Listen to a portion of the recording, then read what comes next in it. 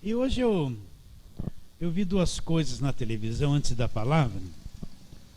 Duas coisas loucas na televisão, se tratando do mundo religioso. Primeiro, uma campanha que estão fazendo, uma campanha para dormir no chão frio duro, sem colchão, sem nada, para alcançar as bênçãos de Deus. Então você tem que pagar o preço, presta atenção. A liderança tem que dormir num chão duro e gelado, porque fazendo isso, no entendimento deles, eles vão ter crédito com Deus, e Deus vai... É um sacrifício que eles estão fazendo. Então Deus vai responder. O religioso gosta disso, de penitência. Mas não esqueça, o que me dá a bênção, me traz vitória, não é eu pagar preço de nada. Já é o sacrifício de Cristo na cruz. Isso é um asceticismo. O que é o asceticismo? É você trazer punição para a tua carne, criar situações religiosas que te causam sofrimento, que te punam, não é?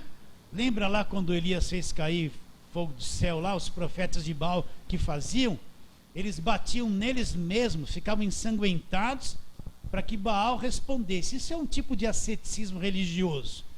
É você fazer coisas que te tragam sofrimento, que te punam, que te trazem dor, né, que te trazem um tipo de castigo, para Deus olhar para você e você vai achar que Deus vai te responder porque você está fazendo isso. Isso é asceticismo, entende? Então toda e qualquer coisa que tem que pagar preço, que traga sofrimento, dor, trauma religioso para você fazer, isso aí, se Deus responder a isso, Deus está anulando o sacrifício de Cristo na cruz.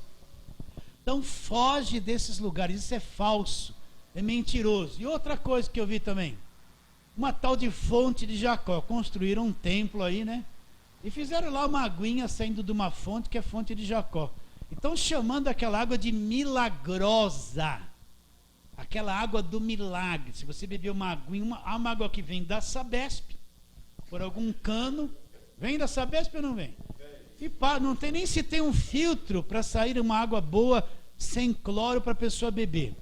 E eles estão falando que é uma água milagrosa. Olha, anulando o sacrifício de Cristo, dizendo que é uma água milagrosa. Quem não conhece a palavra vai correr atrás disso. Olha, tudo isso é falso, tudo isso é negar a cruz. São coisas mentirosas. Fujam. Você que me ouve pela internet, fuja desses lugares. Esses lugares não pregam o evangelho. Isso não é o evangelho. Fala assim, amém. Amém. Puxa, vamos à palavra de hoje. Então hoje eu tenho que ler muito e falar muito. Você vai ler bastante, tá bom? Então abra a sua Bíblia em Hebreus, capítulo de número 7. Hebreus capítulo 7, nós vamos ler a partir do versículo 11. É muita coisa para explicar em pouco tempo, mas se você pegar o cerne disso que eu vou falar, já é uma grande coisa. Então, Hebreus 7, 11 até o 19. Depois vamos ler o 8 e o 9 também.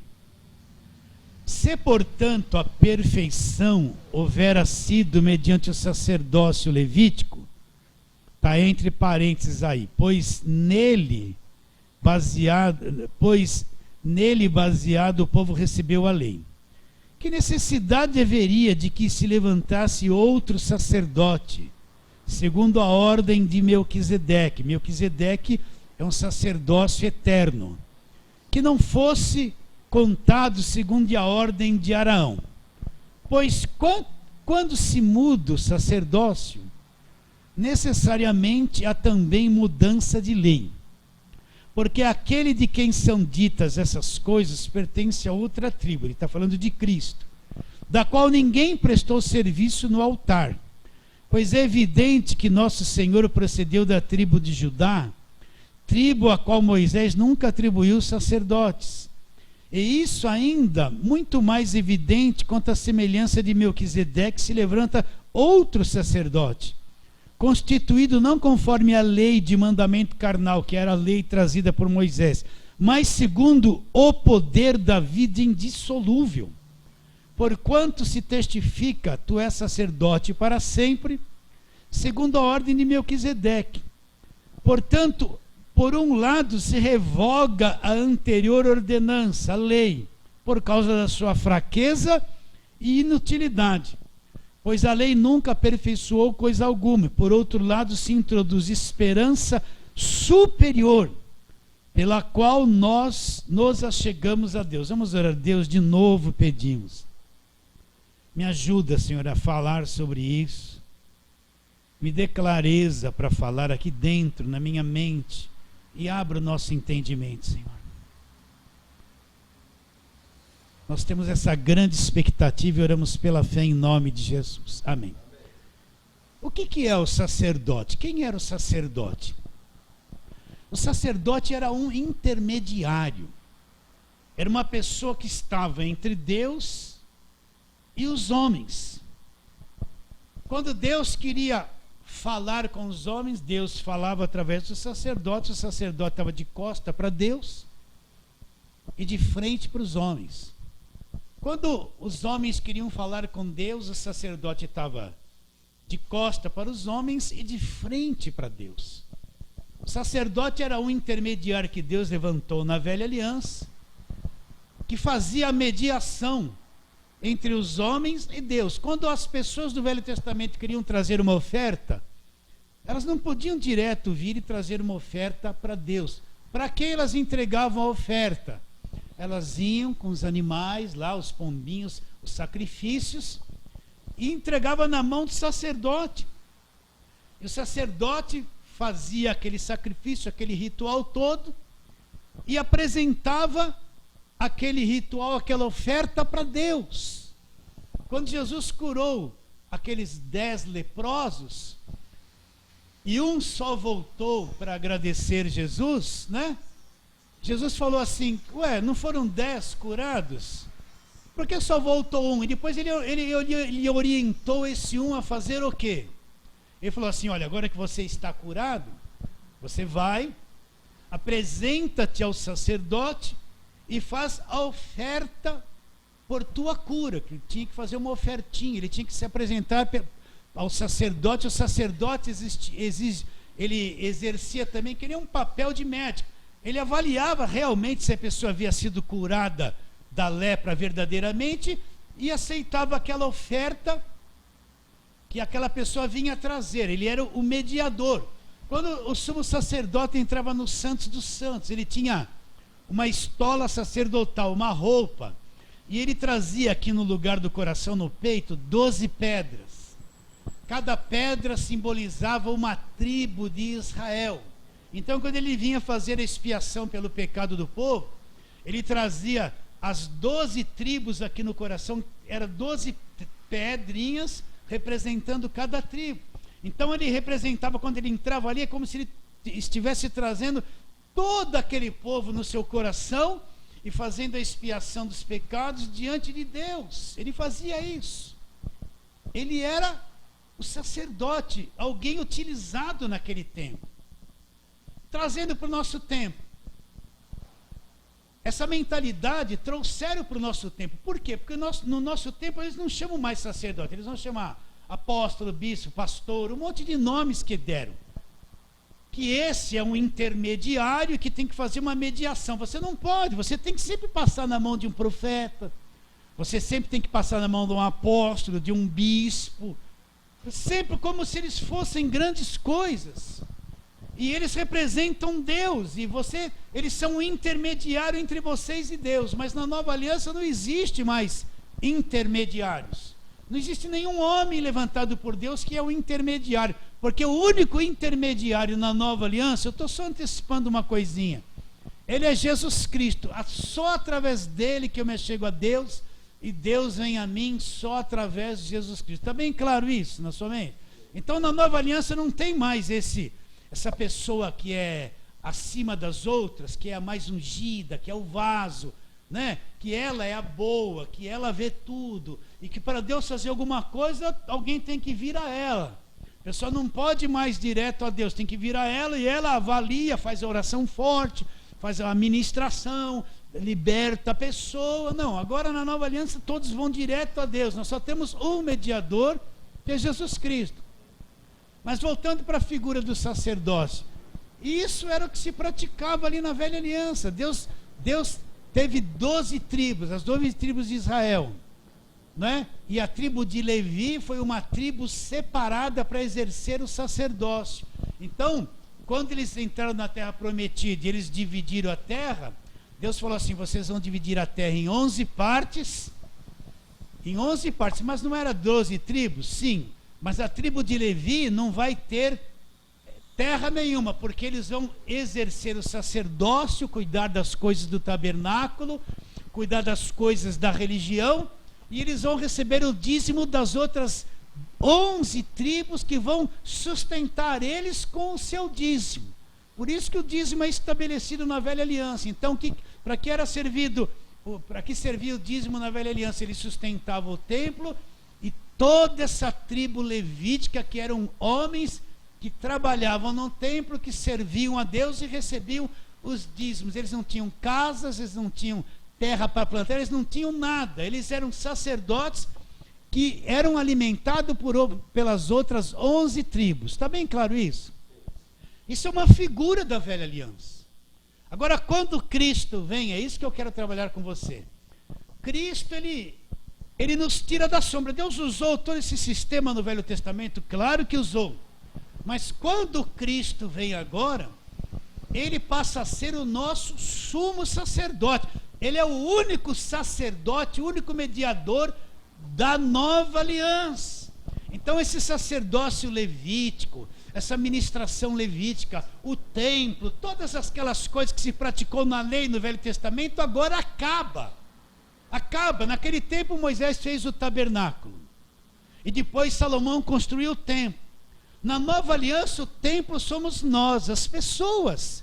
Não existe mais templo. O templo, se você for ver, nós nos tornamos santuários de Deus e o templo do Espírito Santo. Deus não habita em construções. Paulo em Atos fala: Deus não habita em templos feitos por mãos humanas. Então todo esse ministério levítico, o templo, o altar, o sacerdócio, tudo aquilo acaba. E na nova aliança, Cristo é o nosso sumo sacerdote. Ele é o nosso único mediador. Tudo aqui, não existe mais levitas no Novo Testamento. Geralmente se fala assim: levita é quem toca, quem canta. Não tem nada a ver. Não existe ministério levítico no Novo Testamento. No Novo Testamento só existe um sumo sacerdote, que é quem? Jesus Cristo. Está bem claro isso na sua mente? Então, aquele sacerdote da velha aliança que fazia aquela mediação entre o povo e Deus, não existe mais. Esse sumo sacerdote, conforme nós vamos ler, ele abriu um novo e vivo caminho, e na nova aliança todos têm acesso direto a Deus, não precisa mais de intermediários. Por exemplo, a Igreja Católica tem um sacerdote até hoje, que é o padre, não é? Eu fui católico, você ia confessar os pecados, aí eu ia lá, sentava, tinha o confessionário: padre, eu matei passarinho. Eu era criança quando eu fazia isso, eu desobedeci meu pai e minha mãe, briguei com a minha irmã. Em vez de eu ir direto para Deus, o que eu aprendi? Que tinha um sacerdote, que era o padre, que entrava naquela casinha de madeira assim. Vocês lembram disso ou não? Sim. Com aqueles risquinhos, tinha um véuzinho, a gente confessava para o padre e falava: sim, filho, não faça mais isso. Aí você vai orar assim com a Ave Maria, 2 Padres Nossos, aí você toma a hóstia. Aí na semana seguinte eu estava lá, porque eu ia pegar o estilingue, matar passarinho, olha como era um capeta. E eu me sentia culpado e vivia lá. Entende? Ainda existe esse tipo de sacerdote, mas na nova aliança, no Evangelho, essas coisas não existem. Você não vai confessar pecado para ninguém, entende? Você não vai procurar o pastor e confessar o pecado, a não ser que você queira dividir algum problema com ele, ele é um homem de confiança. Ele não vai espalhar para a igreja toda, porque tem liderança que você fala uma coisa, ele conta para todo mundo, e tá todo mundo, mata a pessoa dentro da igreja. E se você sentir liberdade de um dia procurar um pastor e confessar alguma coisa, dividir, ele não vai contar para ninguém, então você até pode, mas na nova aliança eu tenho acesso direto a Deus, não tem mais sacerdote. Está bem claro isso? Então, esse monte de intermediários, esses homens de Deus, esses homens do altar, essas pessoas ungidas, tudo isso acaba, meus irmãos. que a pessoa precisa aprender, que ela tem acesso direto a Deus, confiar que Deus ouve a oração, que Jesus é o nosso único sumo sacerdote da nova aliança e já abriu o caminho. Então nós lemos aqui esse texto. Agora, vamos mostrar Jesus no meio de tudo isso, nós vamos ler bastante. Versículo 20 do capítulo 7 de Hebreus.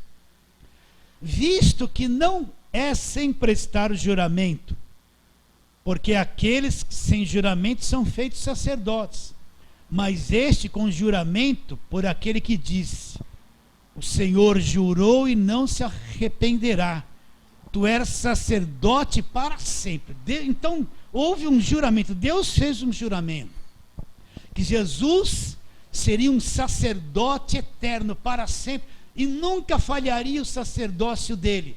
E Deus não se arrependeria nunca desse sacerdócio da pessoa de Jesus Cristo. Continuando, versículo 22. Por isso mesmo Jesus tem se tornado fiador, olha lá. Jesus tem se tornado fiador do quê? De superior aliança. Já te expliquei. Quem é o fiador? O fiador, a pessoa vai alugar uma casa, a imobiliária pede um fiador, alguém que tem uma casa própria, que garanta que se ela não pagar o aluguel, aquele lá vai pagar até com a perda da sua casa própria. Então o fiador é o que garante o pagamento. Então o que esse versículo está dizendo? Que além de Jesus Cristo ser um sumo sacerdote eterno, né? Ele é fiador, ele é a garantia de uma superior aliança. Garantia de que tudo quanto a nova aliança diz, se cumpre, será e é assim, não pode falhar. Não tem defeito, não pode falhar. Ele é o fiador. Continuando. Ora, aqueles são feitos sacerdotes, aqueles quem? O ministério levítico, o pessoal do Velho Testamento. Ora, aqueles são feitos sacerdotes em maior número, porque são impedidos pela morte de continuar. Este, que é Jesus, no entanto, porque continua para sempre e tem o seu sacerdócio imutável, não muda. Por isso também pode salvar, olha lá, pode salvar totalmente os que por ele se achegam a Deus, vivendo sempre para interceder por eles. Uma pausa. O que o sacerdote fazia? O sacerdote da velha aliança era aquele que apresentava oferta e sacrifício, que intercedia por aquele povo. O que é o nosso sumo sacerdote da nova aliança, que é Jesus? Ele vive sempre para interceder por nós, é um constante intercessor a favor da igreja, que cuida da igreja, que protege a igreja, que representa a igreja. Continuando, versículo 26. Com efeito, nos convinha um sumo sacerdote como este, santo, inculpável, sem mácula, separado dos pecadores e feito mais alto do que os... Então Cristo, presta atenção, ele foi feito mais alto que os céus. Imagine a grandeza do trabalho dele, do sacerdócio dele, de quem ele é. Presta atenção, a igreja parece que não enxerga isso. Ele foi feito mais alto que os céus, mais alto do que toda autoridade, está acima de tudo. Olha como ele é poderosíssimo, gigantesco, grande, o nosso intercessor, o nosso sumo sacerdote, o nosso mediador. Eu não estou crendo, eu falo isso sempre num Cristo pequeno, fraco, que me entrega na mão do diabo, que me larga na rua da amargura o tempo todo, que fala assim, você tem que guerrear muito, cuidado, senão você vai perder a salvação. Eu não estou crendo num Cristo fraco desse. O Jesus Cristo que eu creio está acima dos céus, poderosíssimo, gigantesco, glorioso. Acredita nisso ou não? Não é? Eu não tenho medo, eu sei em quem eu tenho crido, eu tenho uma visão pálida da grandeza dele. Continua a leitura. Versículo 27, que não tem necessidade, como os sumos sacerdotes, de oferecer todos os dias, presta atenção, todos os dias sacrifícios, primeiro pelos seus próprios pecados, depois pelo pecado do povo, porque fez isso uma vez por todas, quando a si mesmo se ofereceu. Porque a lei constitui sumos sacerdotes a homens sujeitos à fraqueza, mas a palavra do juramento, que foi posterior à lei, constitui o Filho perfeito para sempre. Imagine aqueles sacerdotes do Velho Testamento, todo dia, meus irmãos, presta atenção, todo dia eles tinham que matar aqueles bichos, oferecer pelos pecados deles, porque eles eram pecadores, e pelo pecado do povo. Imagine o lugar do templo onde eles matavam, ou do tabernáculo, antes do templo, que eles matavam aqueles bichos. Eu nunca fui e nem imagino. Mas imagine um matadouro de gado para trazer a carne para o supermercado. O que corre de sangue, o mau cheiro. Você está entendendo ou não? Os mosquitos que tem ali atraídos pelo sangue. Olha como vivia esse sumo sacerdote na velha aliança, num ambiente fedido. Você pensa que eles tinham os desinfetantes que tem hoje? Não tinham. E aqueles sangues correndo, e todo dia eles tinham que pagar esse preço. Agora, Jesus não precisou fazer isso, não tem repetição o que ele fez. Olha o versículo de 27, que não tem necessidade como sumos sacerdotes de oferecer todos os dias sacrifícios, primeiro por seus pecados, depois pelos pecados do povo, porque fez isso uma vez por todas, quando? Quando a si mesmo se ofereceu. Então o sacrifício dele foi perfeito, não se repete mais, não tem mais necessidade dos sacrifícios. Quando ele se ofereceu, Deus aceitou, o sacrifício foi perfeito, acabaram-se os sacrifícios para sempre, tudo mudou. Na nova aliança não tem sacrifícios, tudo acabou com o sacrifício de Cristo na cruz. Vamos agora para o capítulo 8, vou ler bastante e ir parando e explicando. Ora, o essencial das coisas que temos dito é que possuímos tal sumo sacerdote, presta atenção, que se assentou à destra do trono da majestade nos céus. Aonde ele está sentado? À destra do trono na majestade nos céus. Aonde ele está agora? Assentado à destra do trono da majestade nos céus. Continua a leitura. Como ministro do santuário e do verdadeiro tabernáculo, que o Senhor não erigiu, que o Senhor erigiu, não o homem. Para aí, o que ele está dizendo? Que lá onde ele está sentado nos céus existe um templo, um tabernáculo verdadeiro. Aquele que Moisés teve uma visão e fez semelhante aqui na terra, que foi aquele tabernáculo primeiro que Moisés construiu. Então ele está dizendo que lá na glória existe o verdadeiro tabernáculo nos céus, que não foi feito por mão de homens algum, e ele está lá sentado à destra da majestade, e ele ministra num santuário verdadeiro, um santuário celestial. Continua a leitura, 3, versículo 3 do capítulo 8. Pois todo sumo sacerdote é constituído para oferecer tanto dons como sacrifícios. Por isso era necessário que também esse sumo sacerdote tivesse que oferecer. Ora, se ele estivesse na terra, nem mesmo sacerdote seria, visto existirem aqueles que oferecem os dons segundo a lei, os quais ministram em figura e sombra das coisas celestes, assim como foi Moisés devidamente instruído, quando estava para construir o tabernáculo, pois diz ele, vê que faças todas as coisas de acordo com o modelo que te foi mostrado no monte. Para aí. Então o que ele está falando? Que os sacerdotes da terra ministram figura e sombra das coisas celestiais. Eles não ministram as coisas reais, porque toda a lei e o sacerdote, tudo aquilo foi uma sombra, eu já te expliquei. A verdadeira imagem, a verdadeira realidade agora é Cristo. Versículo 6. Agora, com efeito, obteve Jesus ministério tanto mais excelente quando ele é mediador de superior aliança, instituída com base em superiores promessas. Para aí.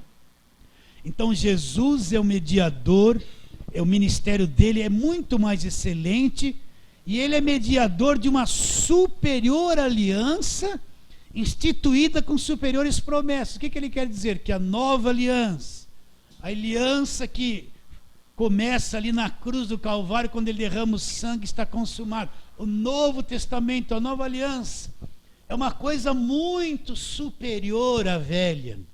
É uma coisa muito superior à aliança que os judeus tinham através da lei. A nova aliança é uma coisa que vai muito mais além da velha, que já se cumpriu na pessoa de Jesus Cristo.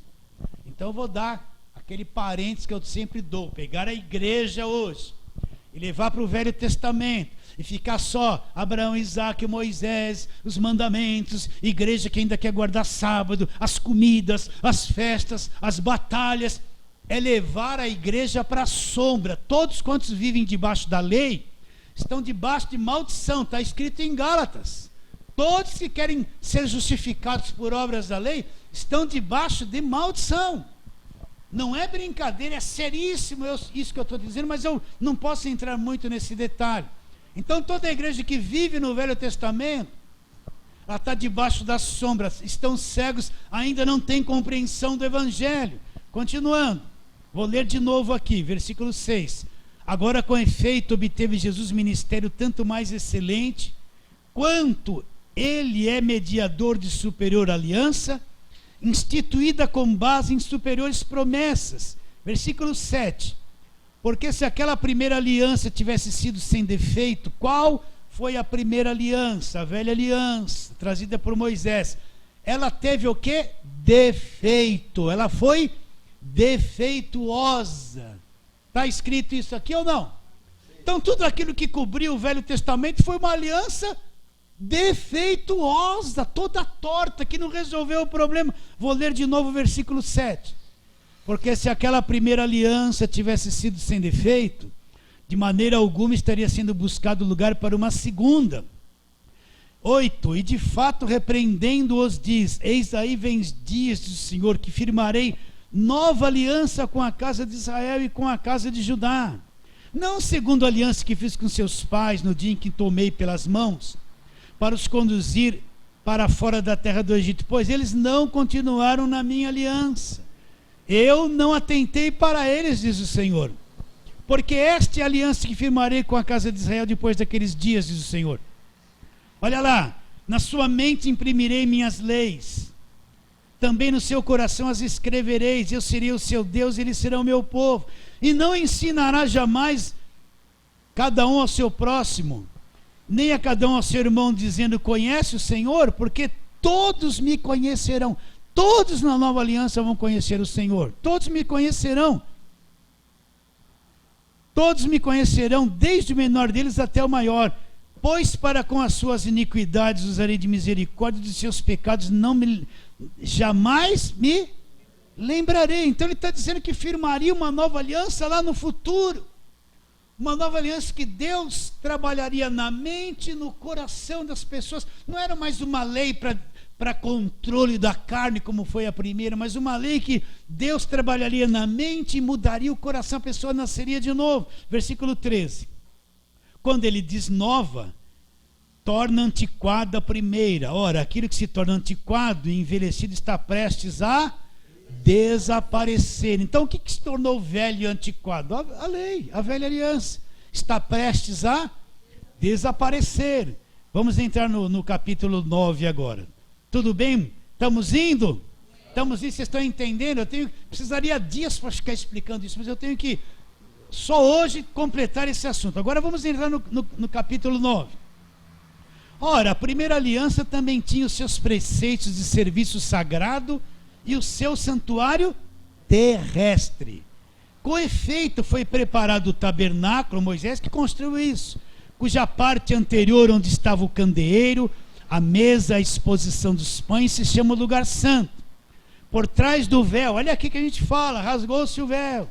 Por trás do véu se encontrava o tabernáculo, que se chama Santos dos Santos, o qual pertencia um altar de ouro para o incenso, e a arca da aliança totalmente coberta de ouro, na qual estava uma urna de ouro contendo o maná, a vara de Arão, que é o bordão de Arão que floresceu, as tábuas da aliança, e sobre ela os querubins da glória, que com sua sombra cobriu o propiciatório.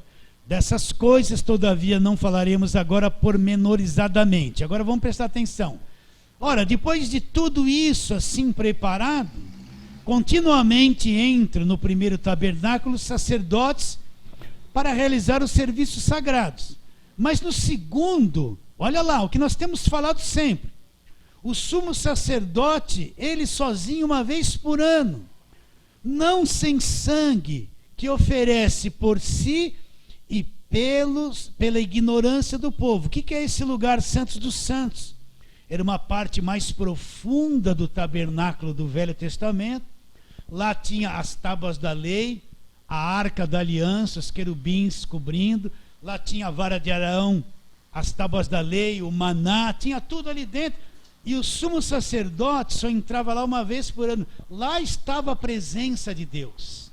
Lá estava a aliança, os símbolos da arca, a aliança, a presença de Deus. Então, Deus, para eles, era como um Deus velado, oculto, tinha um véu, uma coisa intermediária. Eles não conseguiam ter uma visão clara de Deus. Então, Deus era oculto dentro daquele lugar chamado Santos dos Santos. Só o sumo sacerdote poderia entrar na presença de Deus, com sangue de animais, pelos seus pecados e pelos pecados do povo. Então era isso que era o tabernáculo.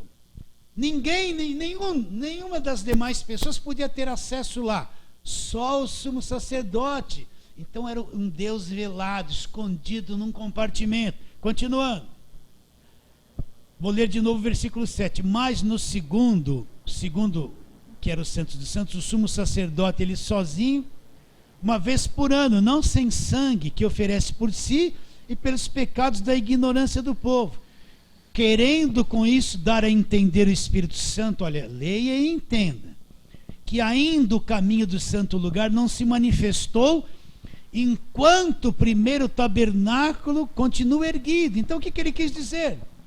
Que a entrada na presença de Deus, o caminho, o povo todo entrando na presença de Deus direto, sem intermediário, ainda não podia acontecer. Por quê?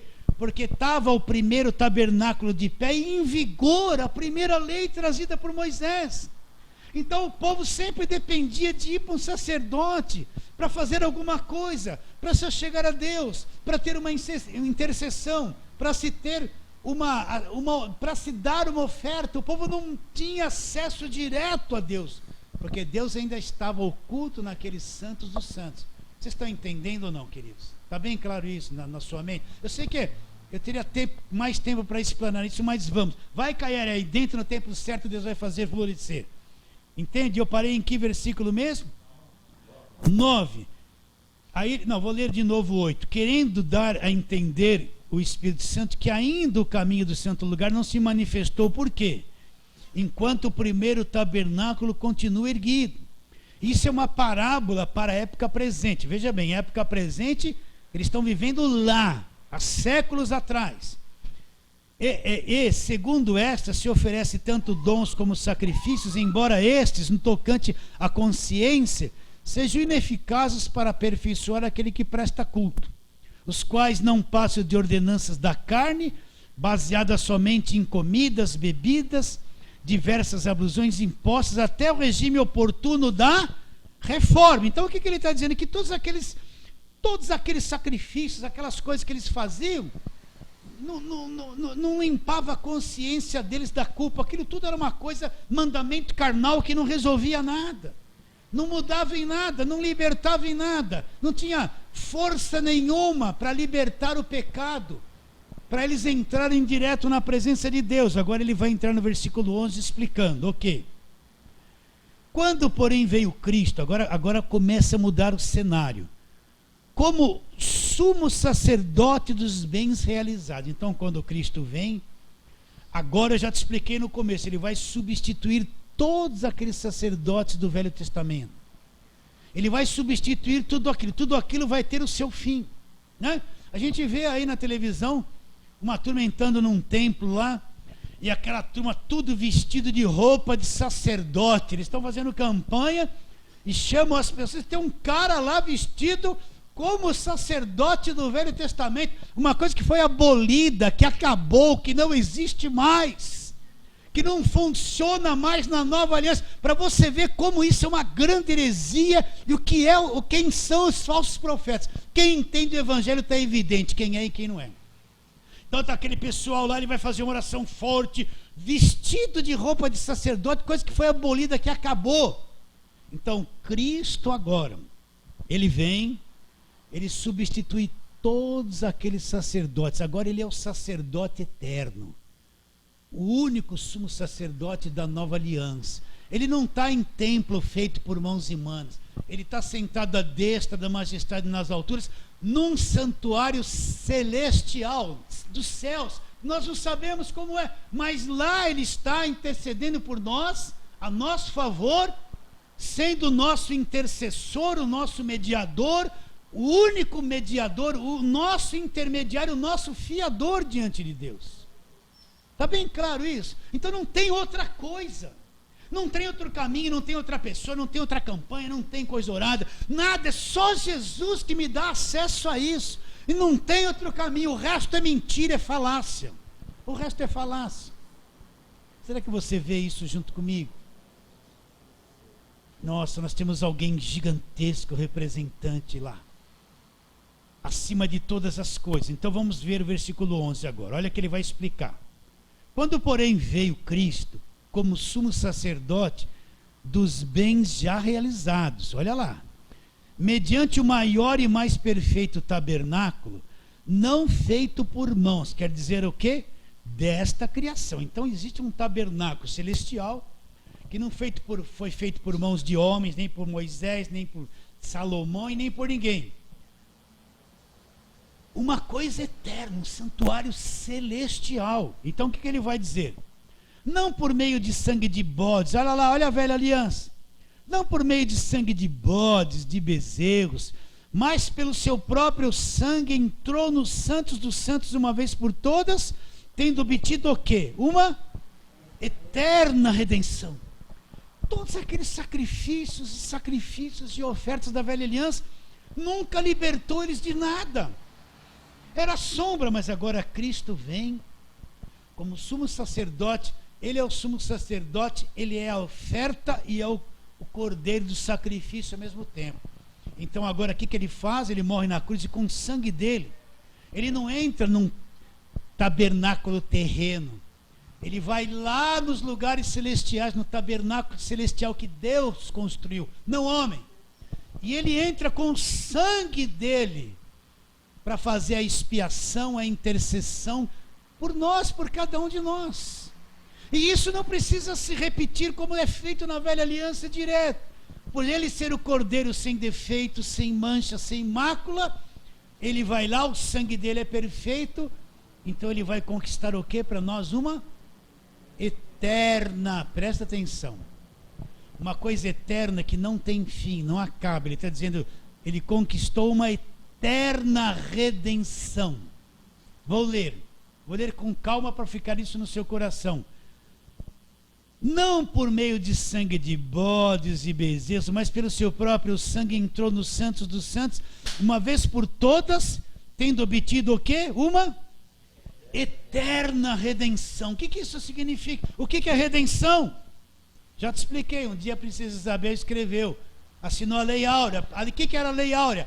Acabou a escravidão no Brasil, acabou a escravidão da noite para o dia, aqueles escravos se tornaram livres. Cristo, ele conquistou para nós a nossa Lei Áurea, a nossa eterna redenção. Significa o quê?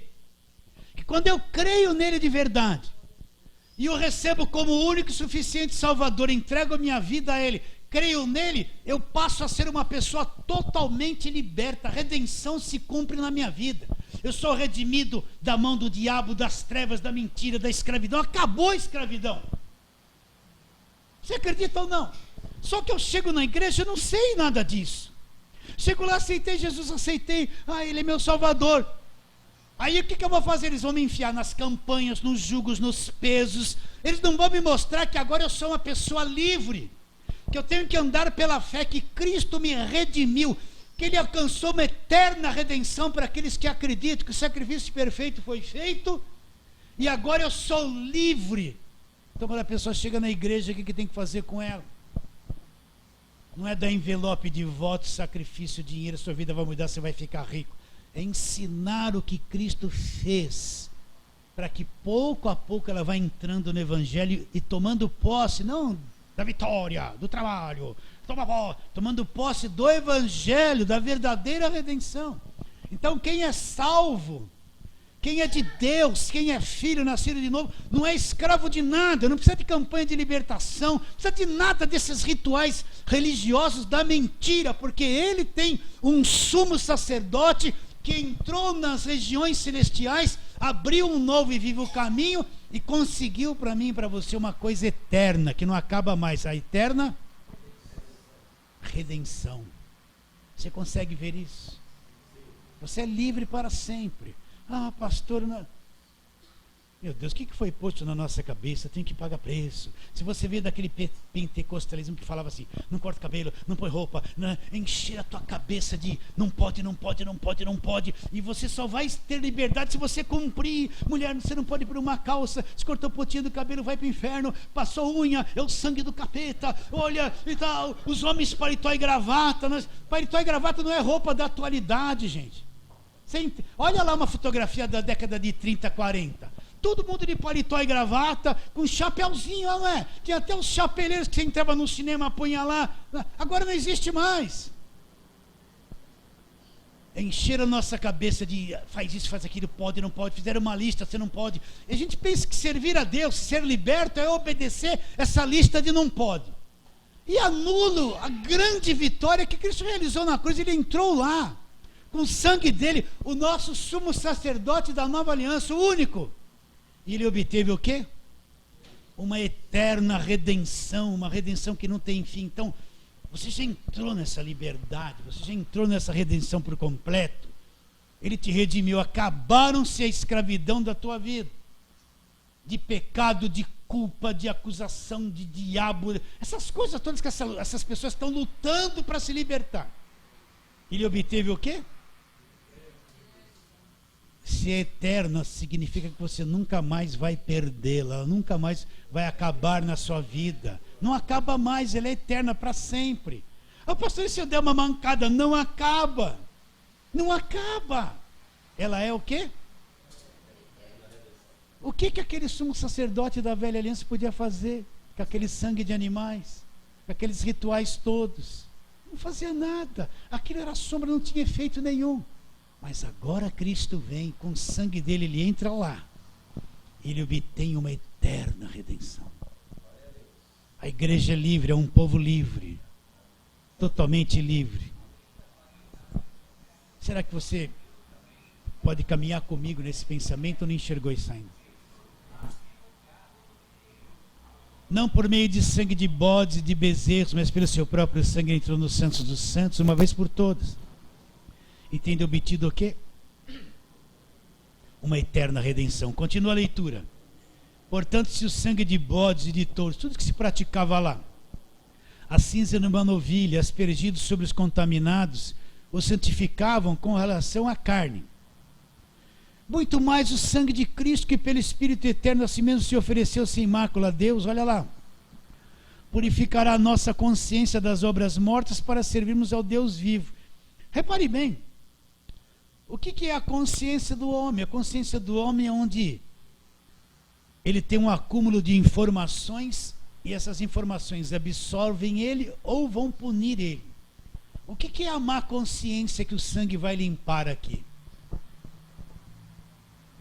Das obras mortas. O que é a má consciência? É aquela pessoa religiosa, ela está dentro de uma igreja, ela viveu debaixo de uma igreja de lei muito tempo. Encher a cabeça dela de obras, coisas que ela não consegue fazer. Entende? E durante anos ela vem falhando em tudo aquilo, ela não consegue estar em todas as campanhas, todos os dias na igreja, segunda, terça, quarta, quinta, sexta. Aí vem a acusação, você está dando brecha. Olha, você falhou nisso, é a lei, você falhou naquilo, você está devendo, é a má consciência, ela vai ficando com a consciência tão cheia de culpa, tão cheia de acusação, e ela, quando vai orar, ela acha que Deus não vai ouvir, então ela tem que sofrer, ela tem que ficar uma noite sem dormir, ela tem que pagar um preço de alguma coisa, ela tem que subir num monte, fazer alguma coisa além do normal, porque ela acha que o único meio de tirar a culpa da cabeça dela é fazer uma coisa além, fica 40 dias sem comer. Tudo isso é obra morta. Por quê? Olha, pega um irmão que está debaixo de uma igreja de lei. Pega. ele não tem liberdade, ele não consegue sorrir, ele é aquele crente fechado, amargurado. Olha a aparência dele, não tem brilho, está sempre devendo, a consciência está sempre acusando. Você está devendo, você falhou, você tem defeito, você deu brecha, você não deu o dízimo, você fez isso, você fez aquilo. E a pessoa vai ficando amontoada, a cabeça dela atormentada, e ela não consegue cumprir tudo aquilo que é imposto. Olha a má consciência aí. Então ela tem uma visão de um Deus como? Um Deus do cajado, um Deus que vai quebrar a perna, né? Um dia desses, uma pessoa que faz parte da gente, mas não consegue vir aqui na igreja, mora muito longe. Tinha lá umas irmãzinhas lá no apartamento que ela morava na frente. Ela vai saber que é dela que eu estou falando. E ela convidou essas irmãzinhas, eu sou crente, não sei o que lá. Entrou lá na casa delas para fazer uma oração, né? E ela não está conseguindo vir na igreja, ela não quer se submeter à igreja de lei. Aí começou, né, aquelas irmãzinhas, estou revelando, Deus está mostrando, ralamantalha, ralamacúria, ralabacaia, né? Deus manda te dizer que vai por doença. Ela tem 2 filhos, um assim, um bebezinho. Deus está me dizendo que você não está indo na igreja, está dando brecha, ela vai por doença nesses filhos se você não for na igreja. Vai pesar a mão, porque destruindo a vida da pessoa. Isso aí é a mentalidade de igreja de lei. Vocês estão entendendo ou não? Deus vai castigar o filho, Deus vai pesar a mão, Deus vai matar um. Tem esposa que até fala amém, porque quer logo do marido, e o marido vai viver mais que ela. Se ela falar amém, o marido vai viver mais que ela, ele que vai se livrar dela. Esposa, não queira que seu marido morra antes. Isso é um sentimento do capeta. É mal, você vai morrer antes dele. É verdade. Crente não tem esse desejo no coração, você tem? Eita Deus falando aí, né? Se fosse o Pentê, já ia dar uma rajada e falar, fala Deus, né? Não fala não. Sou eu que estou falando. Vocês estão entendendo? Todo mundo.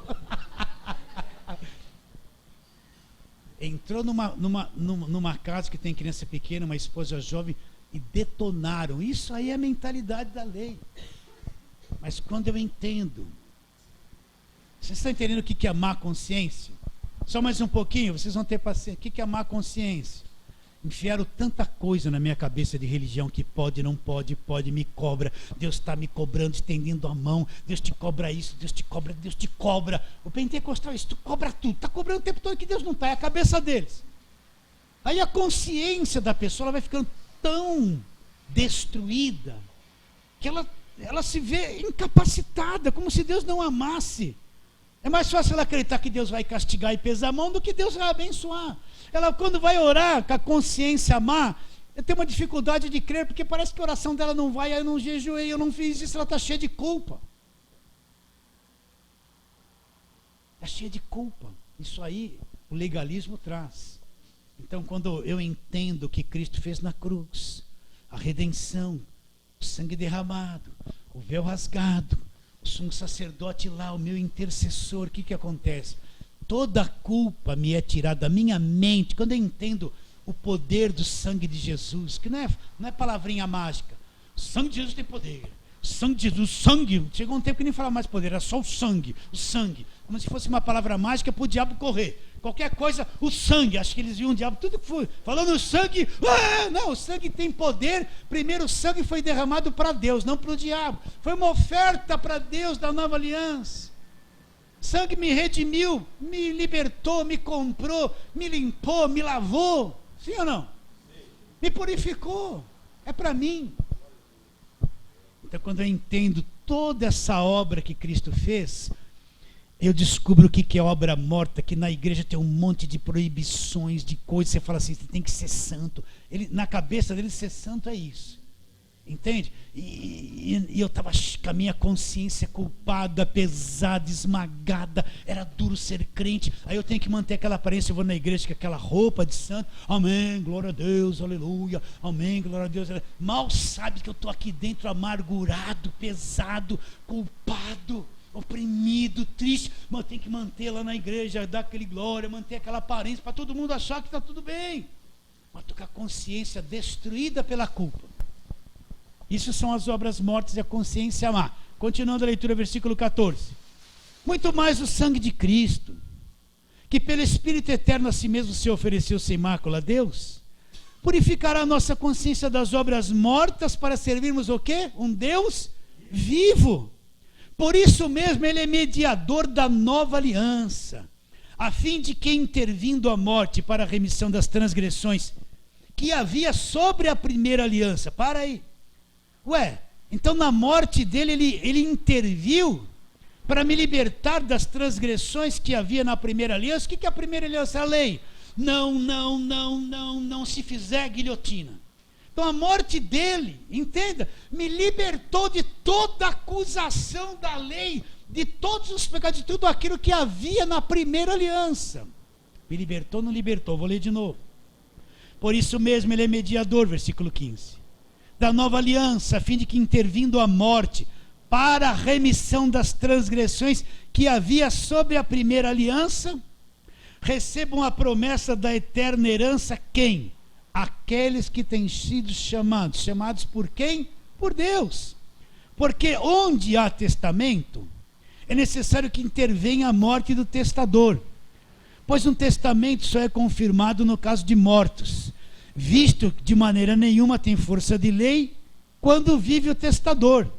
Pelo que nem a primeira aliança foi sancionada sem sangue, porque havendo Moisés proclamado todos os mandamentos segundo a lei, a todo o povo tomou o sangue de bezerros e de bodes, com água, lã, tintes de escarlate e sopo, e aspergiu não só no livro, como também sobre todo o povo, dizendo: este sangue é o sangue da aliança, ao qual Deus prescreveu para vós outros. Paga aí. Você entendeu do versículo 15 em diante? Vamos supor que você tem um parente rico, e ele faça um testamento, e você vai herdar uma mansão dele. Fala amém, irmãos. Eu sou profeta aqui. Vai receber ou não vai? Caiu, né? Qualquer um outro. Levanta a mão, toma aposta. Mas todo mundo assim já. Não é isso, é conversa. Suponhamos que você tem um parente, e ele fez um testamento, ele é muito rico, dividiu, e para você ficou uma grande mansão lá nos Jardins, lá na Faria Lima, vale uns milhões. Ele fez o testamento, só que ele disse o seguinte no testamento: só depois que eu morrer pertence a ele. Enquanto estiver vivo, ele não pode tomar posse dessa propriedade. Ainda que aquilo seja seu no futuro, não tem força de lei. Por quê? Porque no testamento diz que aquilo só é seu quando ele morrer. Se ele não morrer, ainda que aquilo seja no testamento, não tem força de lei. Não é verdade? Então, por que Cristo morreu? Porque ele morreu, porque ele, para cumprir todo o Velho Testamento e nos dar gratuitamente tudo aquilo que a lei, tudo aquilo que a nova aliança nos dá. Por isso que ele morreu e tornou válido a nova aliança para cada um de nós que cremos. Se ele tivesse vivo e feito toda aquela obra, ele não teria resolvido nada. Mas a morte dele trouxe toda a herança de Deus para nós. Você acredita nisso? Acredita nisso? Não? E é válido para cada um de nós. Continuando a leitura. E versículo 21. Igualmente também aspergiu sangue no tabernáculo, todos os utensílios do serviço sagrado. Com efeito, quase todas as coisas, segundo a lei, se purificam com sangue. Sem derramamento de sangue, não há remissão dos pecados.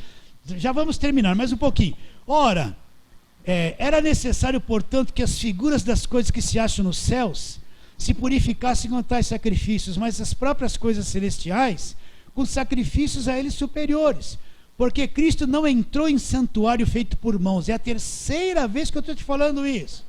Figura do verdadeiro. Mas onde Cristo entrou, irmãos? Porém no mesmo céu, para comparecer agora por nós diante de Deus, nem ainda para se oferecer a si mesmo muitas vezes, como sumo sacerdote, a cada ano entra dos santos com sangue alheio. Ora, nesse caso seria necessário que ele tivesse sofrido muitas vezes desde a fundação do mundo. Agora, porém, ao se cumprirem os tempos, se manifestou uma vez por todas para aniquilar pelo sacrifício de si mesmo o quê? O pecado.